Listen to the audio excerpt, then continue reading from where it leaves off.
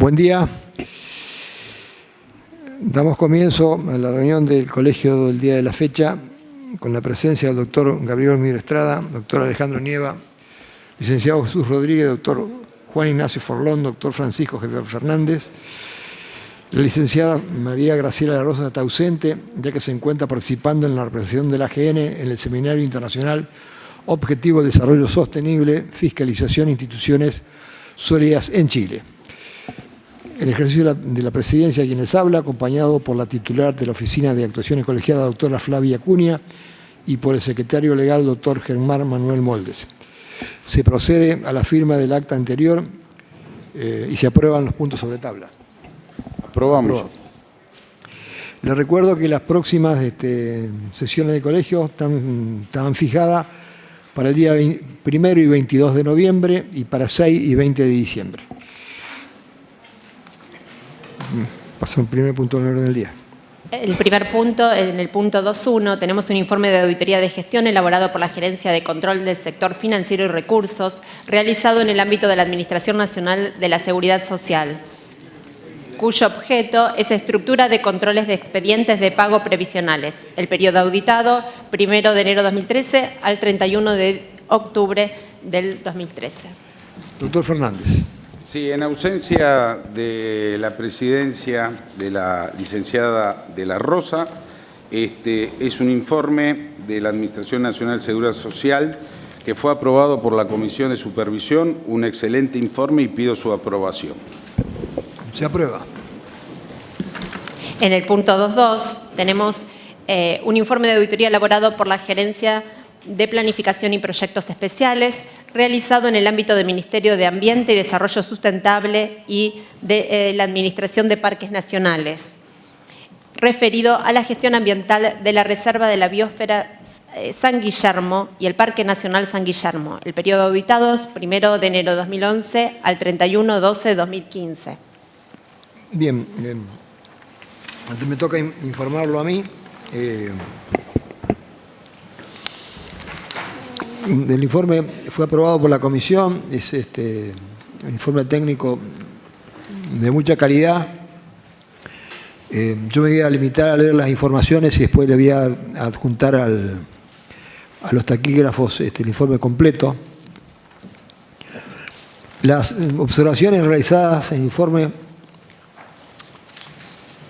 son las siguientes: que a nivel nacional no existe un marco regulatorio específico para la identificación y tratamiento de los pasivos ambientales en general y de los pasivos mineros en particular. No se ha elaborado una norma de presupuestos mínimos ambientales que regule la prevención, identificación, tratamiento y o remediación de los pasivos ambientales mineros. Una inadecuada articulación entre las normas ambientales generales y las sectoriales. El Código de Minería de alcance federal tiene normativa sobre cierre de minas, pero no prevé toma todas las herramientas para garantizar la recomposición ambiental en la actividad minera. Si bien el Ministerio de Ambiente y Desarrollo Sustentable ha desarrollado el programa de gestión de sitios contaminados, no incluyen los sitios contaminados por la actividad minera, los cuales quedan en la órbita del actual Ministerio de Minería y Energía. En las auditorías realizadas por la AGN no se encontró evidencia de articulación entre el Ministerio de Ambiente y Desarrollo Sustentable y la ex Secretaría de Minería de la Nación para la identificación, prevención y tratamiento de los sitios afectados por pasivos ambientales mineros. A la fecha de cierre de este informe no se había determinado oficialmente si la mina Veladero está o no en zona periglacial. Cabe mencionar que al final de las tareas de auditoría se registró un último incidente del 28 de marzo del 17 en la mina Veladero.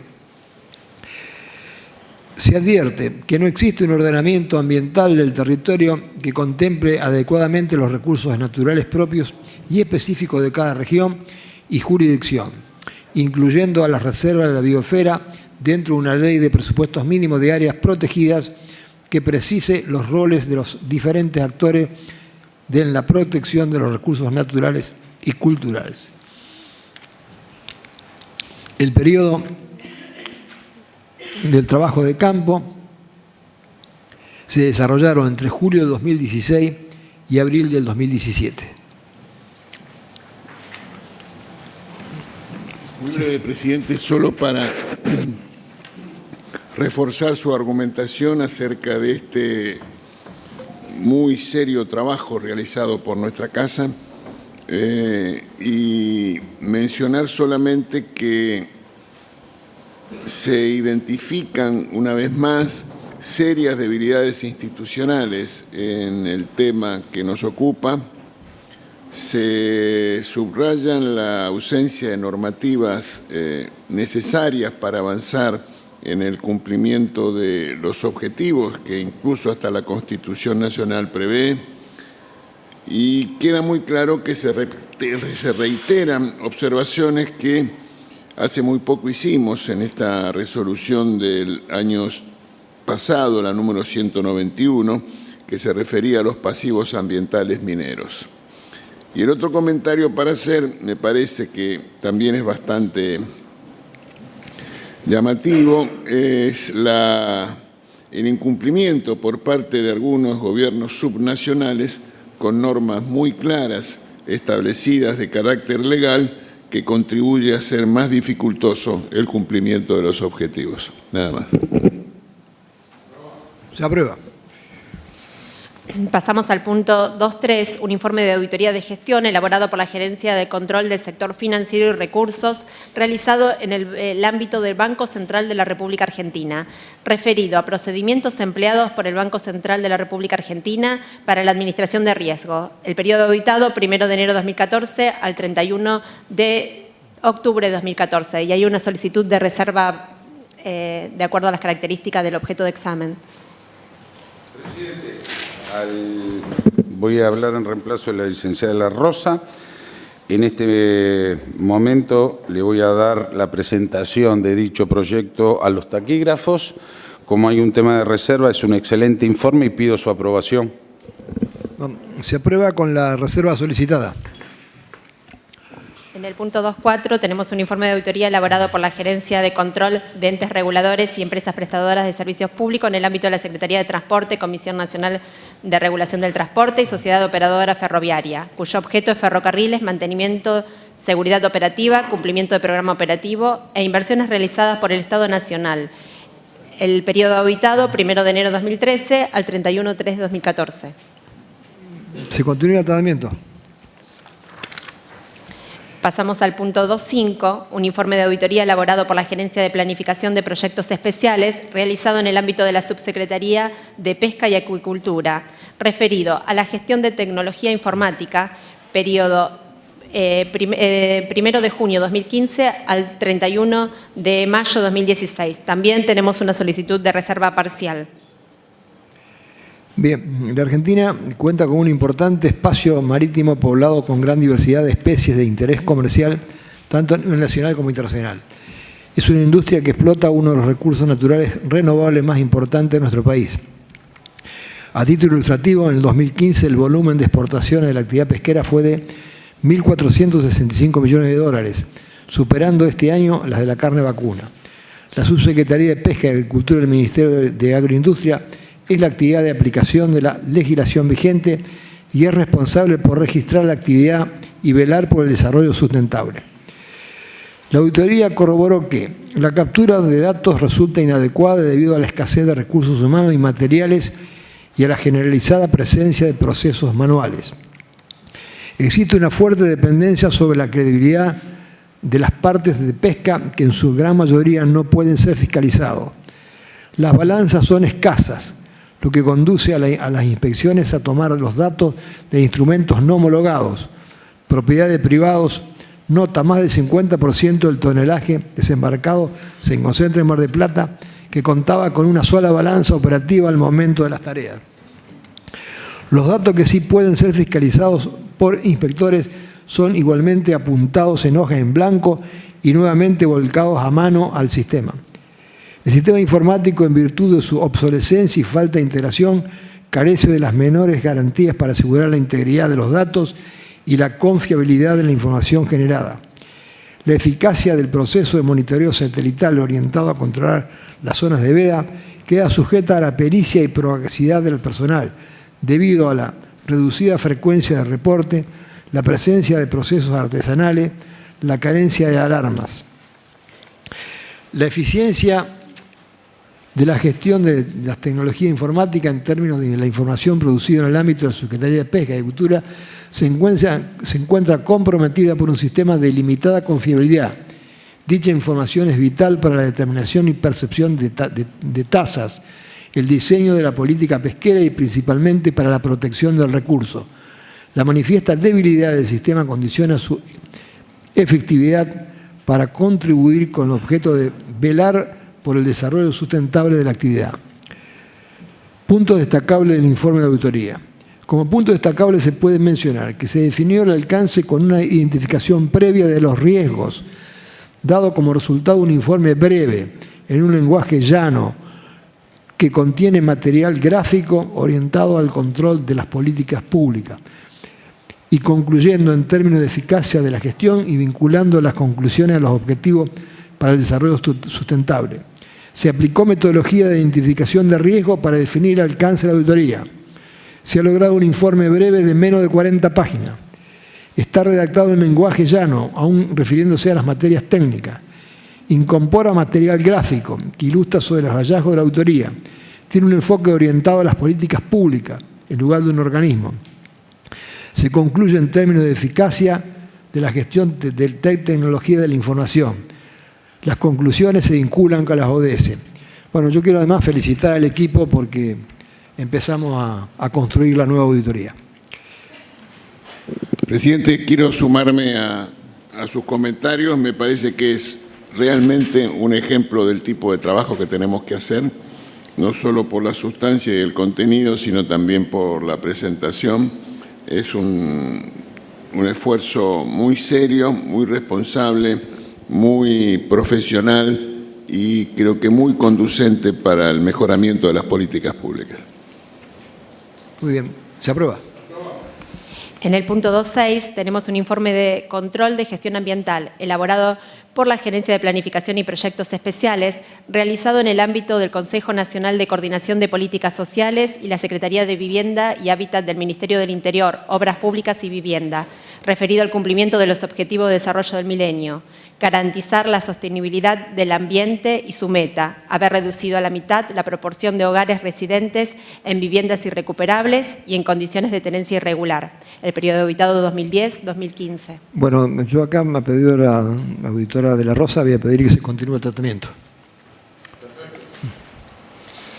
Pasamos al punto 2.7, un informe elaborado por la Gerencia de Control del Sector Financiero y Recursos realizado en el ámbito de la Administración Federal de Ingresos Públicos, Dirección General de Aduanas, referido a procedimientos implementados por la Dirección General de Aduanas para el tratamiento de las mercaderías que adquieren la condición de rezago o de secuestro. El periodo auditado, 1 de enero de 2014 al 31 de octubre de 2014. Presidente, en nombre de la licenciada La Rosa, es una actuación de la Administración Federal de Ingresos Públicos, AFIP. Es una actuación, un trabajo excelente y pido su aprobación. Aprobado. Se aprueba. Sí. Comentario, presidente.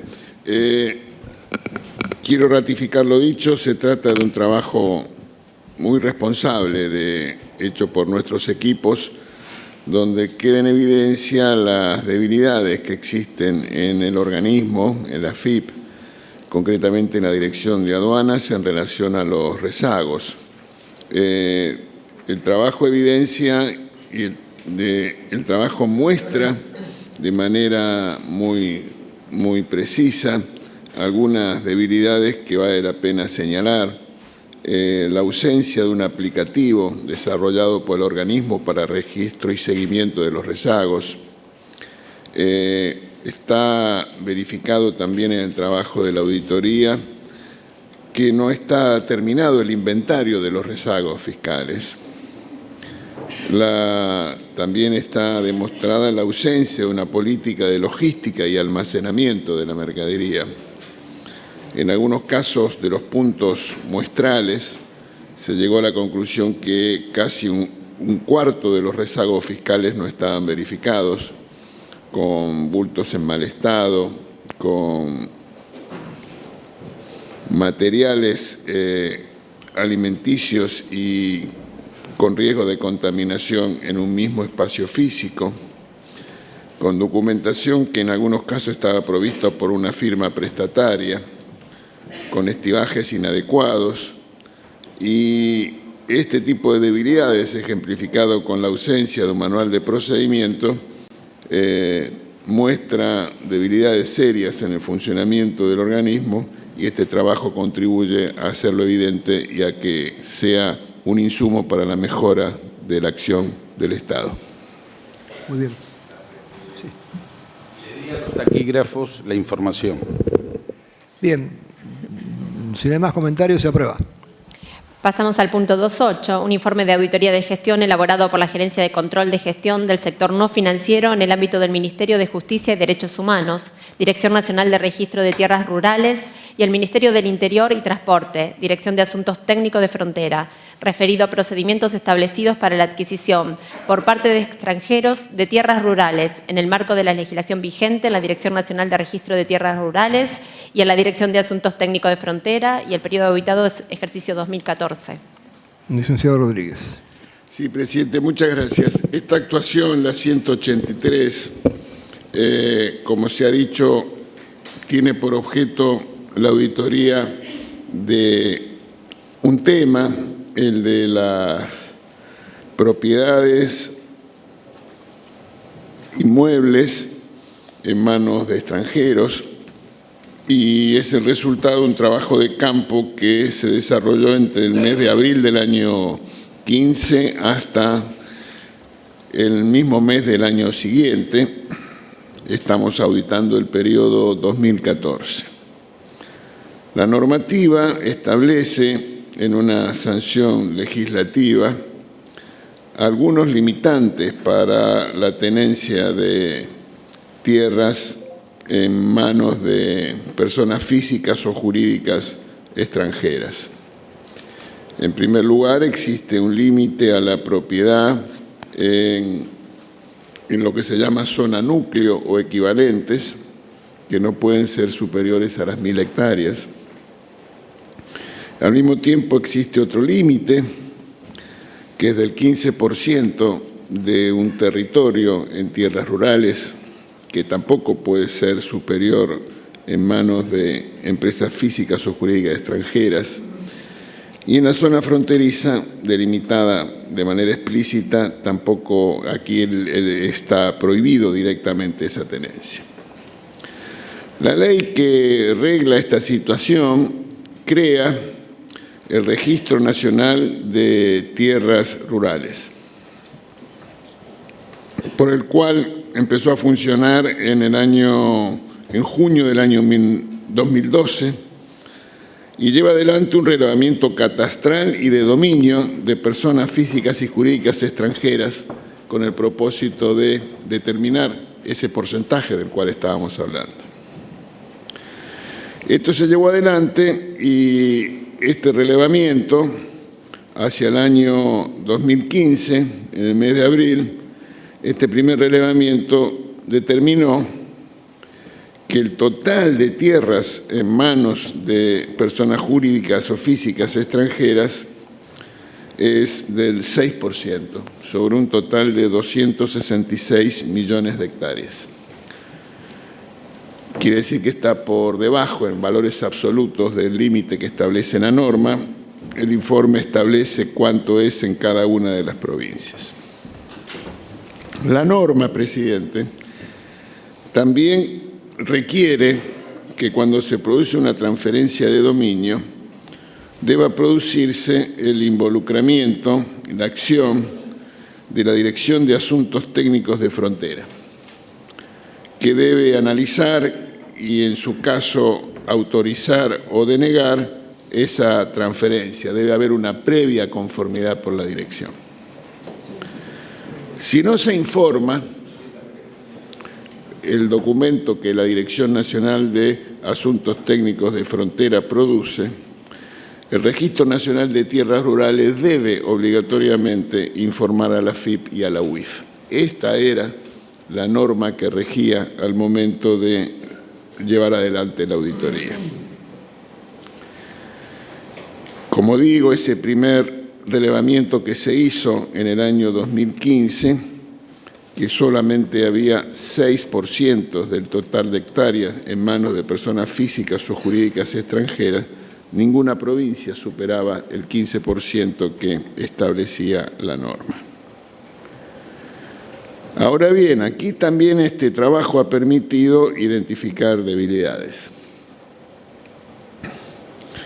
En primer lugar, podemos decir que solamente hay 2 provincias, Santa Fe y Tucumán, que tienen un catastro parcelario depurado. Solo 2 provincias. Hay un hecho posterior a la auditoría que tiene que ver con la sanción del decreto 820 del año 16, que modifica aquel del año 12, el número 274, y en consecuencia este es un tema que está fuera del alcance de la auditoría, pero seguramente merecerá algún tipo de opinión en el futuro. Está claro del trabajo realizado que la Dirección de Asuntos de Tierras Rurales, de Frontera, evidencia una base de datos incompleta y que al mismo tiempo adolece de fallas en cuanto a la seguridad informática. Ha podido identificarse problemas serios de descoordinación entre la Dirección de Asuntos Técnicos de Área de Frontera y el Registro Nacional de Tierras Rurales. Dije al principio de los 3 límites que había en relación al número total de hectáreas en la zona núcleo equivalentes, el del límite al total de tierras rurales y también la prohibición directa en las zonas fronterizas. Pero esa determinación de las 1000 hectáreas como tope habla de una zona núclea que está definida en la norma, pero al mismo tiempo cada provincia tiene que producir equivalencias para el resto del territorio fuera de la zona núclea. Lo que el informe de auditoría revela es que hay varias provincias que no han llevado adelante este trabajo de equivalencias que la norma establece, equivalencias a la zona núcleo. Las provincias que no han hecho este trabajo que la ley exige son las provincias de Córdoba, Catamarca, Corrientes, Jujuy, Salta, Santa Cruz y Santiago del Estero. Otra evidencia obtenida por el trabajo de la auditoría es que el Registro Nacional de Tierras Rurales no cuenta con procedimientos para la fiscalización.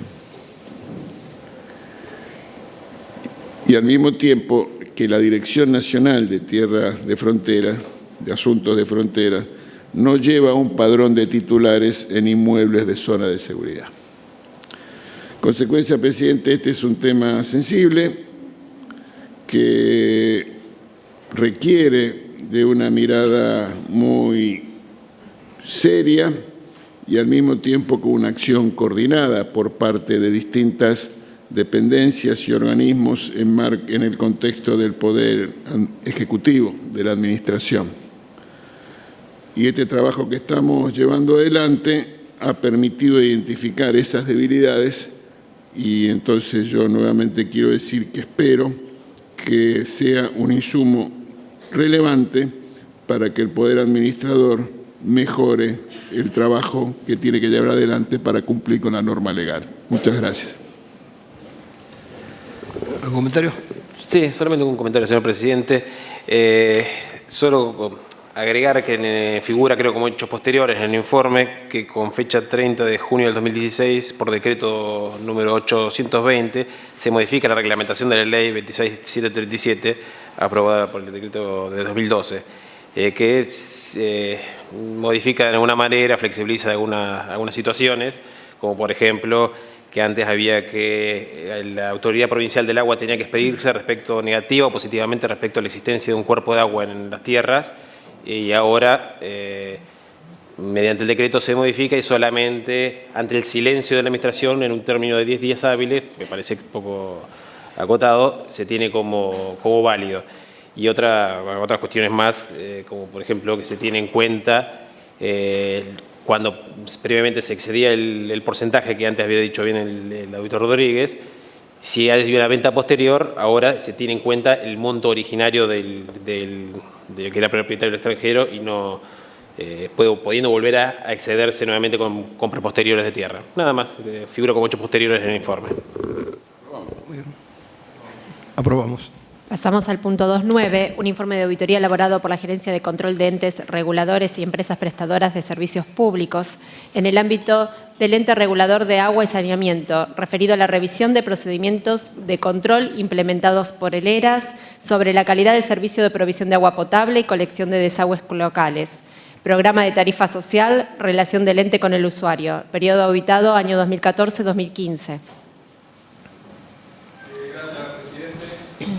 Se trata de un informe de auditoría que proviene del Departamento de Control del sectores de energía y agua, de la Gerencia de Entes Reguladores, como recién se leyó, realizado en el ámbito del ERAS, del Ente Regulador de Aguas y Saneamiento, este ente que se creó a partir del rescate de la concesión oportunamente otorgada a la empresa privada Aguas Argentinas, y su prestación a partir del año 2006 a través de esta empresa pública.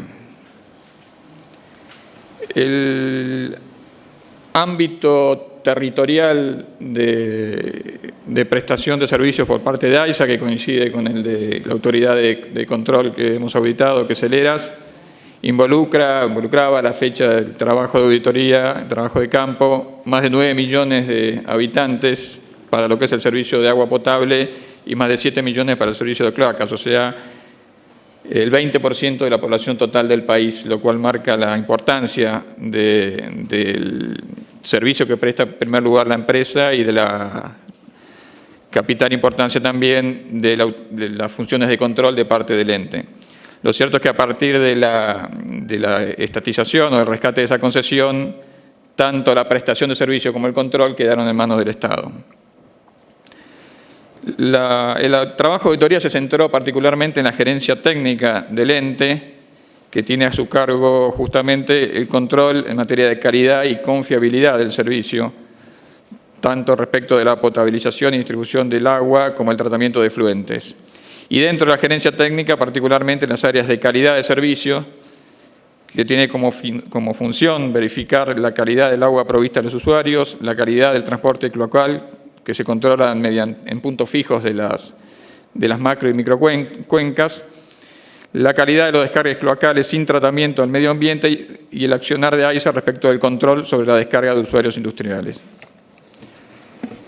También se centró el trabajo de auditoría en el área de control de activos, que tiene a su cargo el control de la presión del servicio, del servicio de distribución de agua en los hogares, y una situación particular que es la de los servicios desvinculados, que son las pequeñas redes que por afuera de la concesión otorgada a AISA prestan servicios de agua y o cloaca a barrios o zonas que no están atendidas justamente por la concesión mediante autorizaciones precarias que otorga la autoridad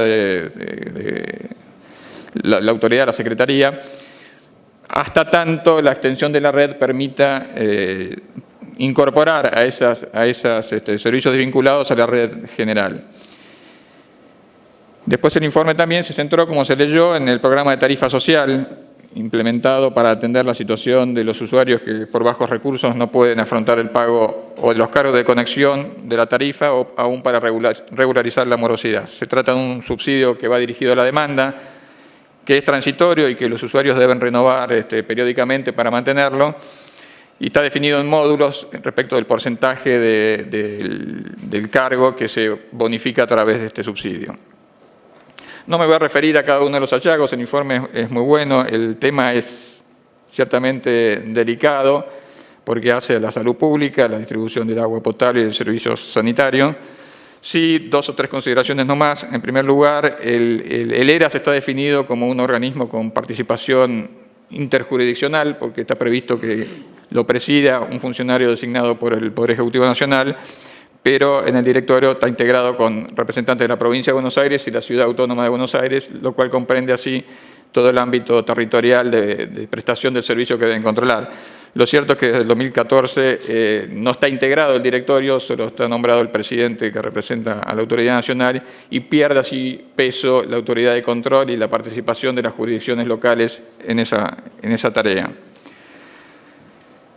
Se observó también que el procedimiento sancionatorio vigente, en una anterior auditoría se había observado que no existía ese procedimiento, bueno, finalmente se sancionó, pero fue impugnado por AISA y eso motivó en los hechos que no se ejercieran las facultades sancionatorias.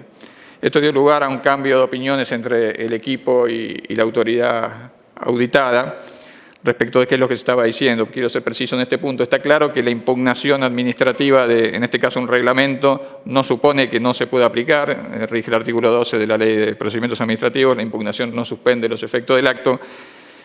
Pero lo que está diciendo el equipo es que en los hechos se verificó que la potestad sancionatoria no se ejerció, justamente con fundamento en esta impugnación.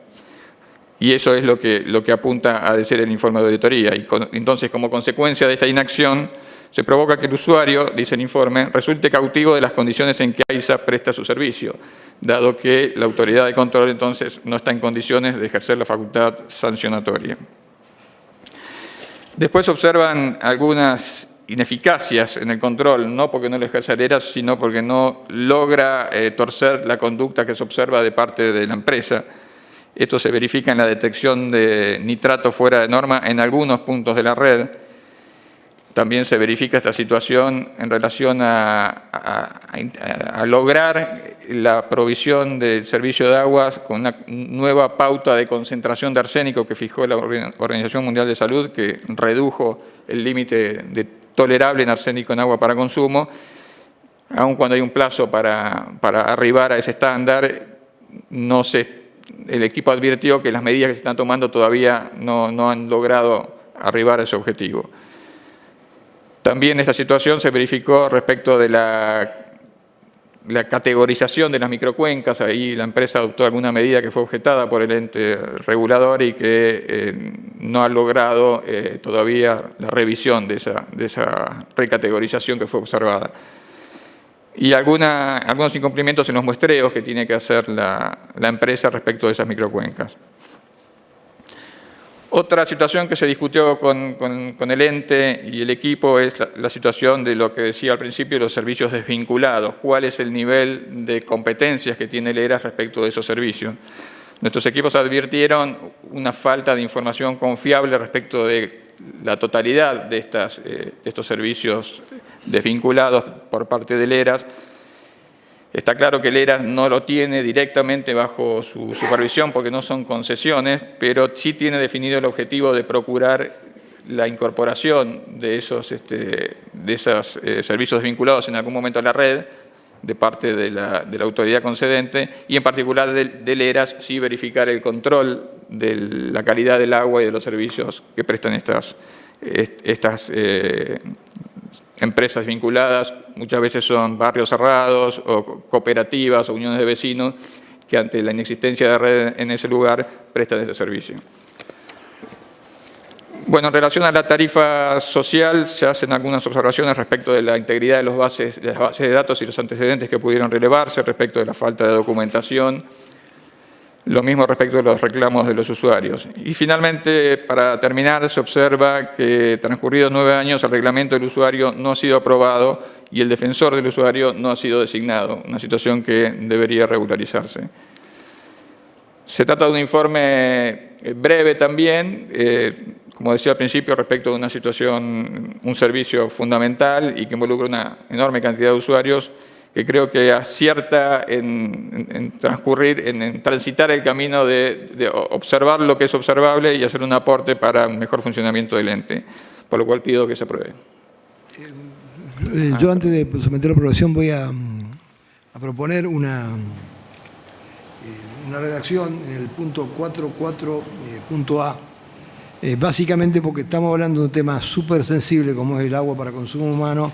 Y es muy importante precisar el tema de los nitratos, que tiene que estar fuera de toda duda en la cosa, porque esto hace la tranquilidad del agua que consume la gente. Yo voy a proponer la siguiente redacción. Nitratos. El ERA solicita a ERSA que se efectúe un seguimiento y monitoreo de las anomalías detectadas, requiriendo implementación de medidas de corto plazo y la realización de obras. Referenciado en el expediente 82/07 y referido a la detención de nitratos, se plantean demoras de AISA superiores al año para dar respuesta al ERAS. A los sucesivos requerimientos del ente relacionados con la previsión de proveer agua segura a la población sensible. Los valores de normas mínimas de calidad del agua producida y distribuida que surgen del marco regulatorio Ley 26.221 establecen para el nitrato como tope 45 miligramos por litro. En el periodo de auditado se constataron en 6 puntos de la toma de muestra niveles que superan los valores admitidos. Se solicita incorporar un cuadro de la información que surge de los papeles de trabajo, fojas 49 y 50, que dan cuenta del estado de situación, fecha de extracción y grado de contaminación de nitrato detectado. El entendimiento que el agregado que propone el presidente responde a los papeles de trabajo y apuntan solo a precisar cuáles fueron las situaciones que se constataron. Yo no tengo observaciones. Sí. Se aprueba. En el punto 2.10 tenemos un informe elaborado por la Gerencia de Control de Entes Reguladores y Empresas Prestadoras de Servicios Públicos en el ámbito del Ministerio de Energía y Minería, ex Secretaría de Energía, referido a programas de subsidio al consumo residencial de gas licuado de petróleo. Periodo auditado enero 2013 al 31/12/2015. Sí, gracias. Este es el segundo informe que viene de la Gerencia de Entes Reguladores, también del Departamento de Energía y Agua. En este caso, este informe de auditoría tiene como objetivo verificar la ejecución de los programas de subsidios para los consumidores de gas licuado de petróleo, que son los consumidores que no están vinculados a la red de distribución de gas natural y que tienen que proveerse del gas en garrafa.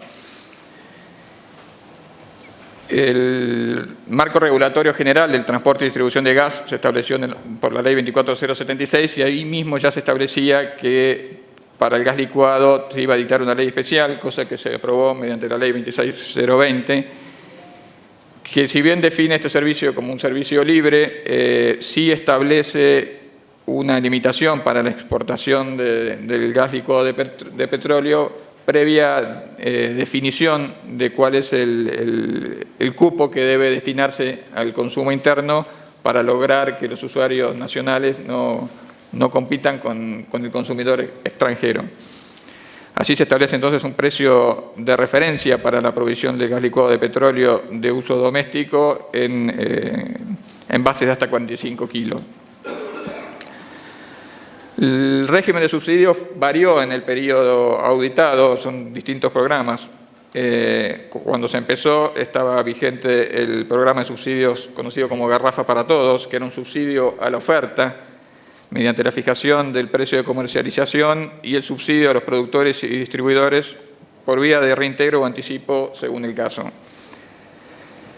En el año 2015 se sustituyó ese sistema, ese programa, por el programa Hogar como un subsidio destinado a la demanda o parcialmente, porque en algún punto subsiste también el precio máximo, pero el subsidio en este caso se destina a los consumidores, que se inició tomando datos, en primer lugar, de los usuarios no conectados a la red a través de la Autoridad de Aplicación de Energía y, por otro lado, de los usuarios con situaciones con necesidades insatisfechas a través de la base de datos de ANSES, y en base a eso se hizo una primera carga, digamos, de los beneficiarios de este programa Hogar, sujeto a ratificación posterior de los beneficiarios. También este programa, decía, establece límites máximos de referencia para cada etapa de la cadena y otorga compensaciones a los productores de gas licuado de petróleo. Para financiar ambos programas se establecieron fideicomisos integrados principalmente por aportes realizados por los productores. Además de esto, rigió siempre otro subsidio, que es el destinado a los usuarios de la zona sur y Puna, que son especialmente consumidores de gas en periodos de invierno, financiado por un fideicomiso creado por la Ley 26.565, que estuvo también vigente durante todo el periodo y en algún punto da lugar a algunas consideraciones en el informe respecto de que no se superpusieran los pagos de ambos programas. Las observaciones, bueno, otra vez el informe es muy bueno, también es breve, pero muy concreto en las observaciones que se realizan. Me voy a referir solo a alguna de ellas. En el punto 4.2 se observa que en el marco del programa Garrafas para Todos, la autoridad de aplicación no controló que los productores de gas natural aportaran la integridad de los fondos al fondo fiduciario, como así tampoco la documentación respaldatoria correspondiente según lo establecido en la normativa. El equipo de auditoría tuvo acceso a la totalidad de los expedientes de ingresos de aportes para el periodo y constató, además de la falta de documentación respaldatoria, la inexistencia de informes de la autoridad de aplicación tendientes a verificar que los aportes ingresados fueran efectuados de acuerdo a lo establecido en la normativa vigente. Al tratarse de subsidios a la demanda, es importante que los destinatarios de estas ayudas económicas se enteren, tomen conocimiento de que pueden acceder a este beneficio, y por eso es importante la tarea de difusión que tiene que hacer la autoridad para que todos los que se encuentran alcanzados por esta ayuda económica la requieran, más allá de esta carga original que se hizo. El informe de auditoría observa en el punto 4.5 que no se han realizado acciones de difusión constante, y eso lo verificó además en campo al momento de hacer encuestas en los usuarios alcanzados en principio por el subsidio que no conocían que podían solicitar esta ayuda económica en particular. También se observa que la autoridad de aplicación no realiza acciones tendientes a promover el control de los comercios minoristas, el control de este precio máximo que establece la normativa de comercialización de las garrafas. La Secretaría contestó que, conforme a los relevamientos efectuados a lo largo de todo el país desde la implementación del programa Hogar, los precios fluctuaron dentro de los parámetros establecidos en la normativa vigente. Pues bien, nuestro equipo de trabajo en Comisión de Servicios detectaron otra cosa, detectaron que efectivamente se comercializa por encima del precio establecido, entonces queda claro que no hay un efectivo control respecto del precio de comercialización. En fin, no quiero hacer esto demasiado largo. Hay otras observaciones. Una que también me parece importante es que no se definió el alcance del término vivienda de uso social o comunitario, que son también sujetos de esta ayuda económica, y eso impidió que ellos accedieran a esta ayuda económica.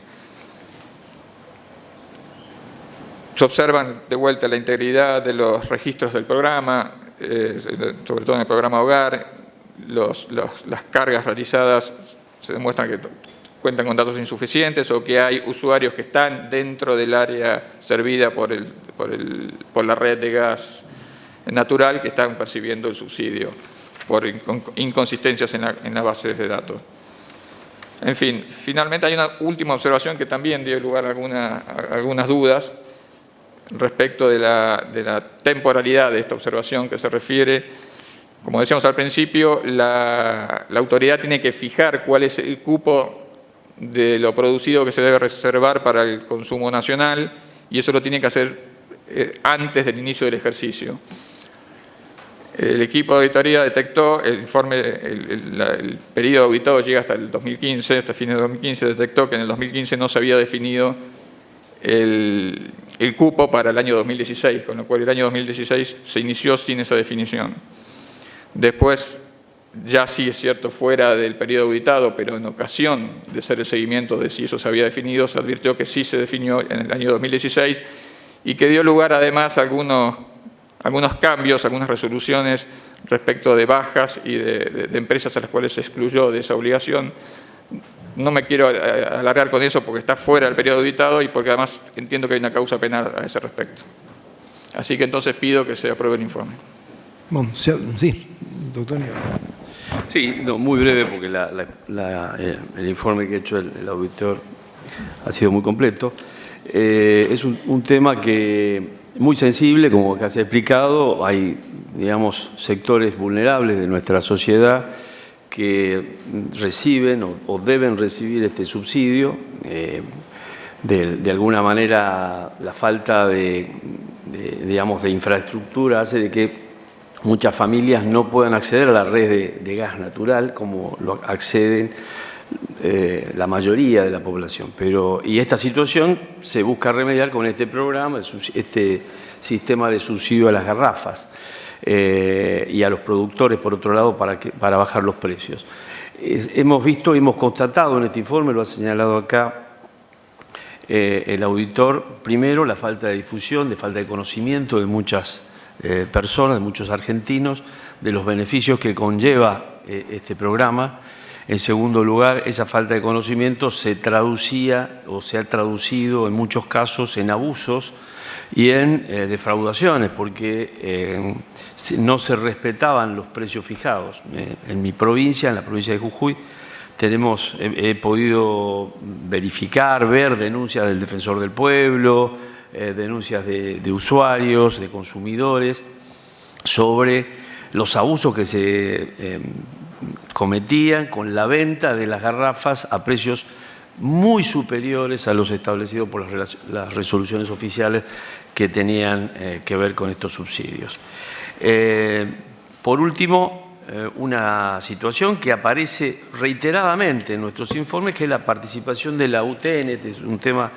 La Universidad Tecnológica Nacional tenía que hacer auditorías y tenía que coadyuvar y ha cobrado, acá está detallado el punto 412, sumas importantes para verificar la correcta utilización de estos subsidios y la implementación de este programa, situación que evidentemente no cumplía porque nosotros comprobamos que todas estas falencias que han sido aquí señaladas.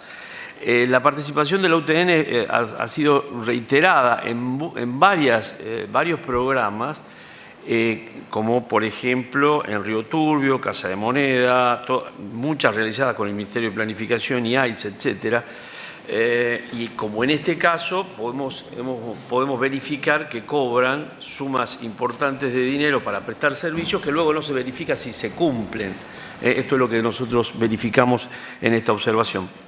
Razón por la cual voy a solicitar, estamos tratando nosotros el plan de acción para el 2018, la posibilidad de que incorporemos a la UTN y verificar el cumplimiento o todos estos convenios que ha venido haciendo y que seguramente puede estar haciendo hoy también.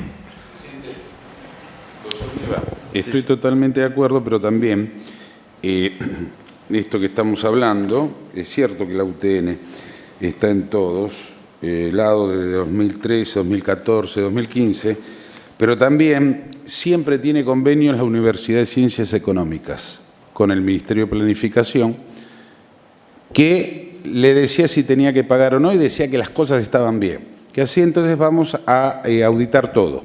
Estoy totalmente de acuerdo. ¿Cómo no? Presidente. Gracias, presidente. Yo quisiera agregar algo a la presentación del doctor Miura, que sin duda fue muy completa. Este programa, que se llamaba primero Garrafas para Todos y luego Hogar, lo que tenía por propósito era atender a aquellos sectores más vulnerables de nuestra sociedad a través de un subsidio cuando se consumía gas natural, en este caso licuado. Estamos hablando de un número importante de personas, en números redondos. La mitad de los hogares argentinos tienen servicio de gas de red, la mitad no. Y este programa, Garrafa para Todos y luego Hogar, alcanza alrededor de 2.400.000 hogares, la mitad de los que no tienen servicio de gas de red. En otros términos, alrededor del 25% de los hogares de la Argentina eran atendidos con este programa. Programa de subsidio que, como bien dijo el doctor Miura, primero subsidiaba la oferta. Y nosotros ya vimos muchas veces lo inconveniente de esta circunstancia. El cambio se produjo bien entrado o bien desarrollado, bien avanzadas las críticas y los inconvenientes de este criterio de subsidio y la Administración finalmente tomó nota y cambió la lógica subsidiando la demanda. ¿Cómo se componían de dónde salían los recursos para atender ese subsidio? Básicamente de dos fuentes. El primero, a través de un fondo fiduciario. ¿Que cómo se fondeaba? Se fondeaba con un recargo al precio que pagábamos los que teníamos red de gas en nuestros domicilios en función del metro cúbico, del precio del metro cúbico de gas natural. Es un poco loco esto, ¿no? Porque gente que tenía subsidio subsidiaba a otros. Pero así funcionaba. La otra parte del fondo estaba constituido con lo que establece el artículo 44 de la Ley 26.020, que determina que para atender los requerimientos financieros que tienen por objeto el subsidio a los programas Garrafa para Todos Hogar, había una contribución que debían hacer los productores de gas. Y si llegara a hacer falta más, el residuo necesario estaba a cargo del Tesoro. Entonces, fondos fiduciarios que financiaban los consumidores, que eran a su vez subsidiados, más una parte por los productores de gas y eventualmente el Tesoro. Depende del año, los porcentajes de dónde salían los recursos es variable, pero en el año 2013, que es el año que estamos, uno de los años que estuvimos auditando, el 90% de los recursos tenía que ver con lo que proveía la ley, esto es, las empresas y el Tesoro, y solo el 10% que tenía que ver con los consumidores de red de gas que subsidiaban a los otros subsidiados. Como dijo el doctor Miura, todos los años se determinaba el cupo que debían pagar las empresas productoras de gas. Y se determinaba esto en función en el mes de diciembre, pensando en el año siguiente calendario. ¿Cómo era la diferencia? Bueno, era decir, se establecía un precio por metro cúbico que iban a percibir, y la diferencia entre ese precio y el precio promedio que los productores cobraban en el mercado, esto era lo que tenían que poner las empresas. Entonces las empresas productoras de gas ponían la diferencia entre 4 pesos, no dólares, 4 pesos por metro cúbico de gas versus el precio que cobraban al resto de los demandantes de ese servicio. En una cifra que cubría la diferencia hasta un tope de 710 millones de pesos al año. Esto era todos los años, y entonces en el mes de diciembre en el Ministerio se decidía que cada empresa tenía, en función de lo que se estimaba que debía, que iba a producirse, asegurando en la provisión doméstica de este gas. Bueno, en diciembre del 15 cambió la administración, y entonces se cambió el sistema, como dice el doctor Miura. Y entonces ese cambio de sistema, en un hecho que es posterior al periodo auditado, se cambia. Y entonces hay algunos inconvenientes. No quiero hablar de lo que pasa después porque no forma parte del informe. Sí quiero decir algo. Este programa, Garrafa para Todos Hogar, debe tener, 10 años de vigencia. Tal vez más. Es la primera vez que en este mecanismo complejo, que hay que mirarlo con detenimiento, esto de que el subsidiado subsidia a otros y que un mecanismo de diferencia de precio promedio evaluado en pesos más Tesoro, la primera vez en este mecanismo tortuoso de financiamiento de este subsidio, que sería más fácil que tuviera previsto en el presupuesto tanto dinero para subsidiar tanto y no todo esta enrevesado procedimiento. Es la primera vez, digo, presidente, que hay una multa a una empresa. El año pasado, esta nueva administración, por primera vez el Poder Ejecutivo multó a una empresa por no hacer las cosas que correspondían. Y la multó en 340 millones de pesos. No forma parte de nuestro estudio, no forma parte del periodo auditado, pero me importa señalarlo porque es uno de los puntos que al final del informe se señala. Muchas gracias. Un pequeño agregado, y si a futuro hubiese una auditoría para analizar este tipo de situaciones, me parece de acuerdo. También podremos ver las ganancias extraordinarias por la quita de subsidios. Ha desaparecido este tema, los subsidiados ya no subsidian más, no, ya no hay más subsidiados en el sistema energético con la suba que ha habido. Las ganancias de las empresas y bueno, a ver cuánto fue el peso de las multas puestas a las grandes ganancias con respecto a multas versus ganancias extraordinarias. Bueno. Sí, es muy economista, fue ministro de Economía y, bueno, yo mucho no entiendo de economía. Usted lo que me quiso decir, a ver, en el tema, cuando nos venía la factura hace años, pagábamos una miseria acá en la ciudad de Buenos Aires, ¿no? Yo siempre me decía que era un regalo. Eso dice que nosotros subsidiábamos, no, el Estado nos subsidiaba a todos los de la ciudad autónoma que podrían pagar. Después llegó este gobierno y pum para arriba y ahora vemos las cuentas de lo que pagamos. ¿Es eso más o menos? No, porque no entendí el tema económico suyo de que nosotros subsidiábamos, con la miseria que pagábamos, nosotros subsidiábamos ¿a quién? Yo creo que el Estado nos subsidiaba a todos, esa es la verdad. Los usuarios de red de gas pagábamos una tarifa, como pagamos ahora. No, ahora se paga una tarifa, antes era un chiste. Se paga una tarifa antes y ahora tiene subsidio, antes más que ahora. En los dos casos hay subsidios. Entonces, usuarios subsidiados, usted y yo, subsidiamos a consumidores de gas que no tenían servicio de red y que debían caer en comprar garrafas. Antes los subsidiábamos siendo subsidiados y ahora los seguimos subsidiando siguiendo estando subsidiados.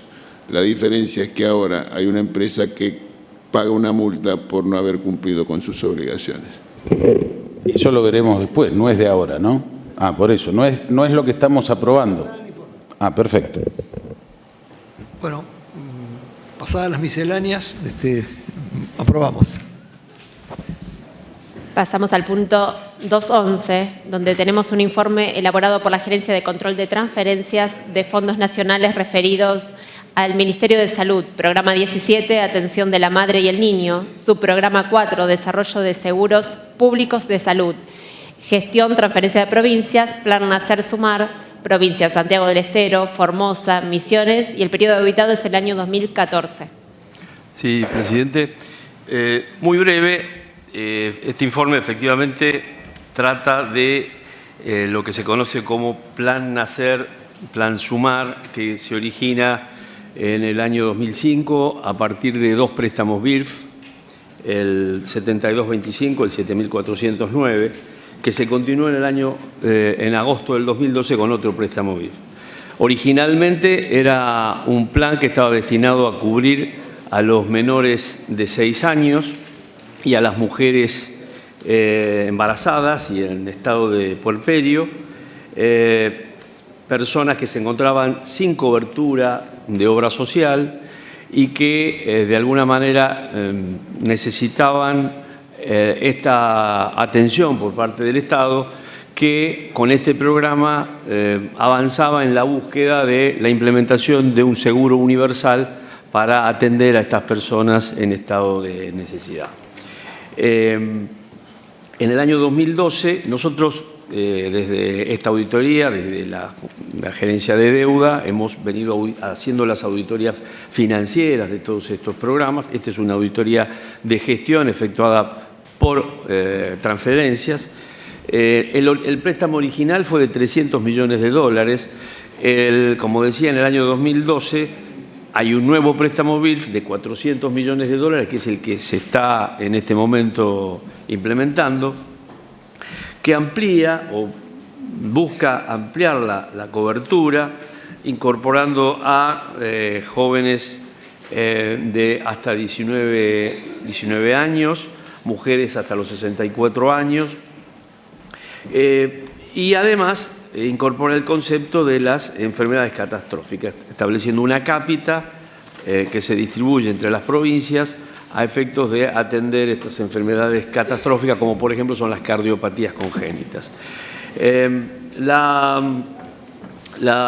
Esto se hace a partir de convenios entre el Ministerio de Salud de la Nación y las provincias, que deben poner en marcha, en primer lugar, lo que es una inscripción de esas familias y de esas personas que se encuentran sin cobertura y que necesitan ser incorporadas en base a estos parámetros que señalábamos, que son la edad, eran al año 2005 hasta el 2012 de niños hasta 6 años, y a partir del 2012 hasta los 19 años y las mujeres hasta los 64. Se establecen una serie de parámetros que se llaman trazadores, que son algunos aspectos que debían ser atendidos por las provincias y por los efectores que en cada provincia también se adherían y se contrataban para tal efecto. Esas trazadoras, por ejemplo, para que todos tengamos una idea, tenían que ver con la atención temprana del embarazo, el seguimiento del embarazo, la efectividad del cuidado neonatal, el seguimiento de la salud del niño menor de 1 año, la equidad intraprovincial en el seguimiento de salud de menores de 1 año, capacidad de detención de casos de cardiopatías congénitas en el menor de 1 año, etcétera, hasta la trazadora número 14. La auditoría, en este caso, ha hecho una tarea sobre 3 provincias, las provincias de Santiago del Estero, Misiones y Formosa. Se ha concurrido a estas provincias y se ha hecho un relevamiento del grado de cumplimiento que han tenido en el periodo auditado sobre los objetivos fijados por las propias provincias en los convenios con el Estado Nacional. Por ejemplo, muy simple, por la cantidad de beneficiarios con cobertura de la población objetivo ha sido del 41% en Santiago del Estero, del 27% en Formosa y el 51% en Misiones. ¿Esto es por qué? Porque, por ejemplo, la provincia de Santiago del Estero se estableció como objetivo incorporar una meta de inscripción de 361.045 beneficiarios.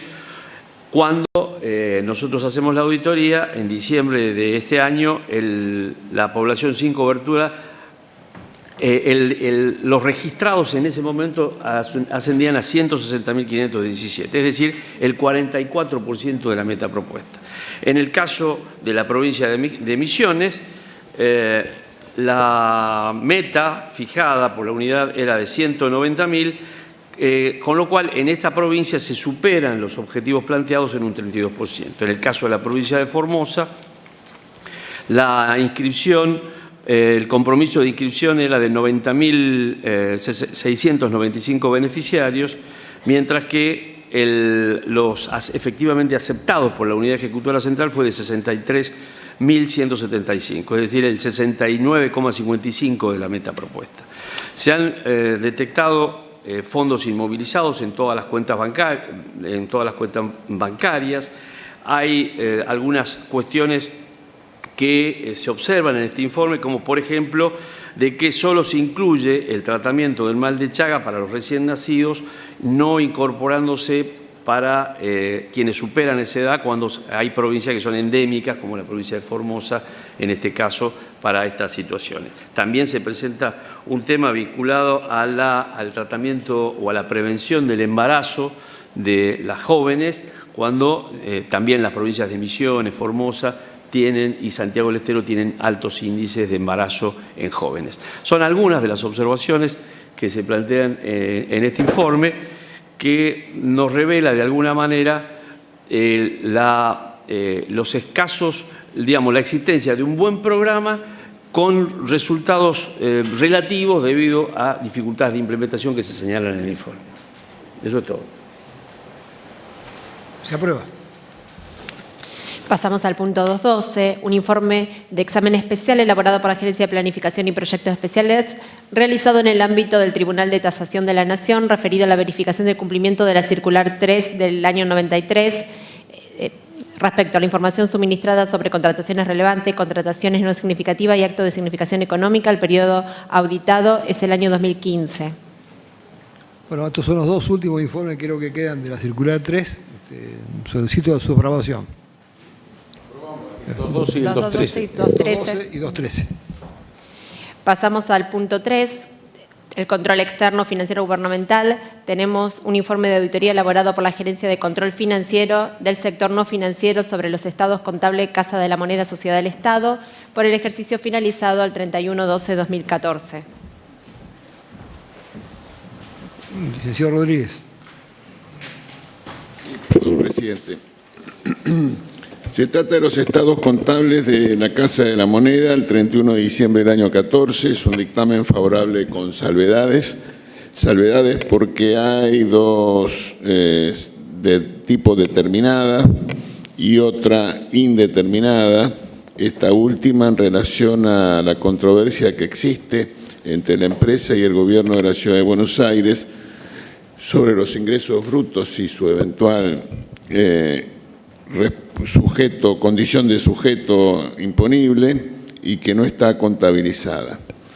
Es importante notar que esta es una sociedad con pérdidas acumuladas al 31 de diciembre del año 14 de 476 millones, lo cual significa un incremento sustancial de más del 90% respecto al ejercicio anterior. Y hay que mirar con cuidado porque la ley de sociedades comerciales establece que limitaciones, restricciones a cuando este tipo de situaciones insume el 50% del capital social. Razón por la cual, pensando en ejercicios futuros, habrá que mirarlo con detenimiento y solicito su aprobación. Se aprueba. Pasamos al punto 4, Comisión Administradora. Presidente, tenemos el 4.1, 4.2, 4.3, 4.4 y 4.5. Todos vamos a aprobar los 5 puntos y en este mismo momento le doy a los taquígrafos. Gracias. Se aprueba el punto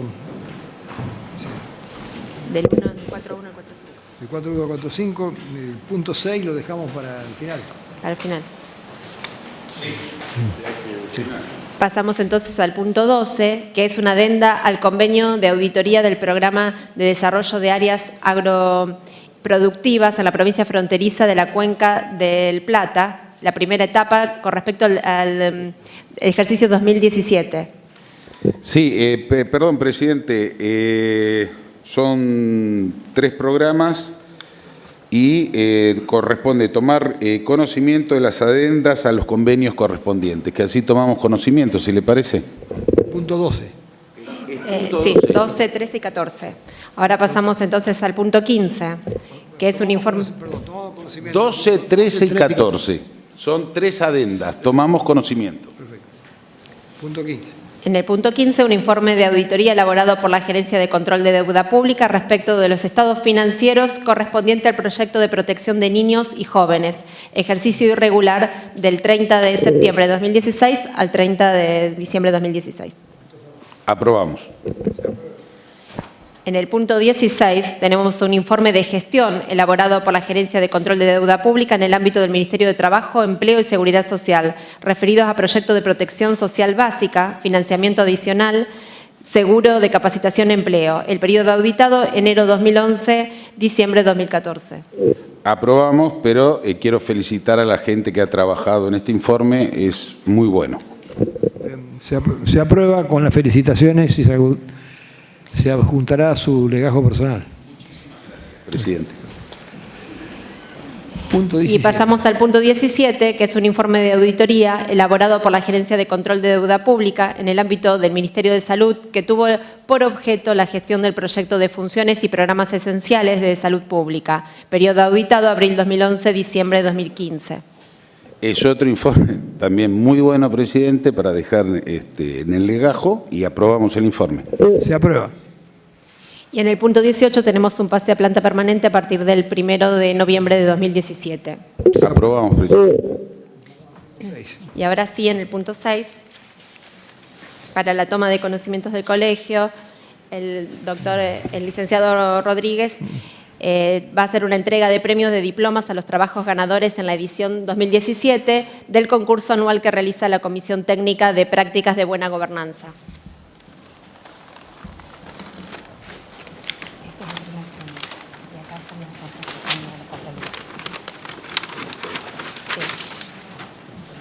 Tamara.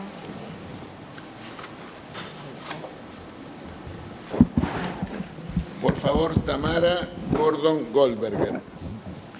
Es un reconocimiento que se entrega por haber recibido el premio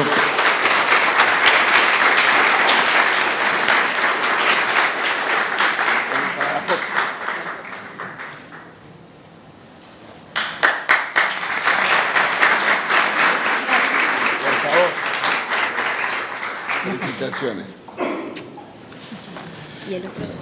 Hay reconocimientos también, otro premio otorgado por la Comisión Técnica de Práctica de Buena Gobernanza de OLACEF a Natalia Vergesio, María Cecilia Rodríguez, Alejandra Estupenengo, Mónica Brito, Iliana Fernández Vilches, Claudia Marciano y María Etel Oquier. Les pedimos, los invitamos.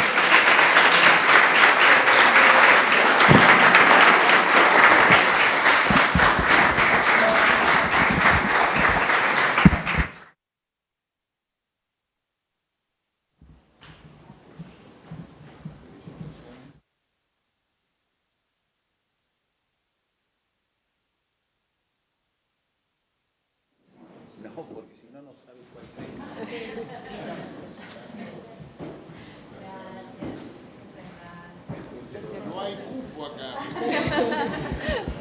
Muchas gracias. Gracias.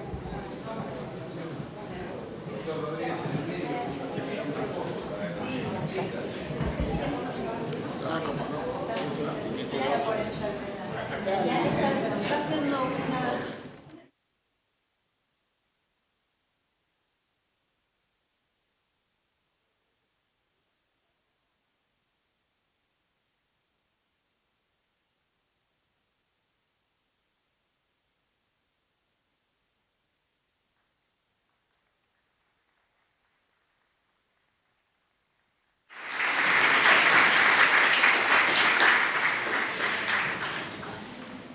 ¿Listo?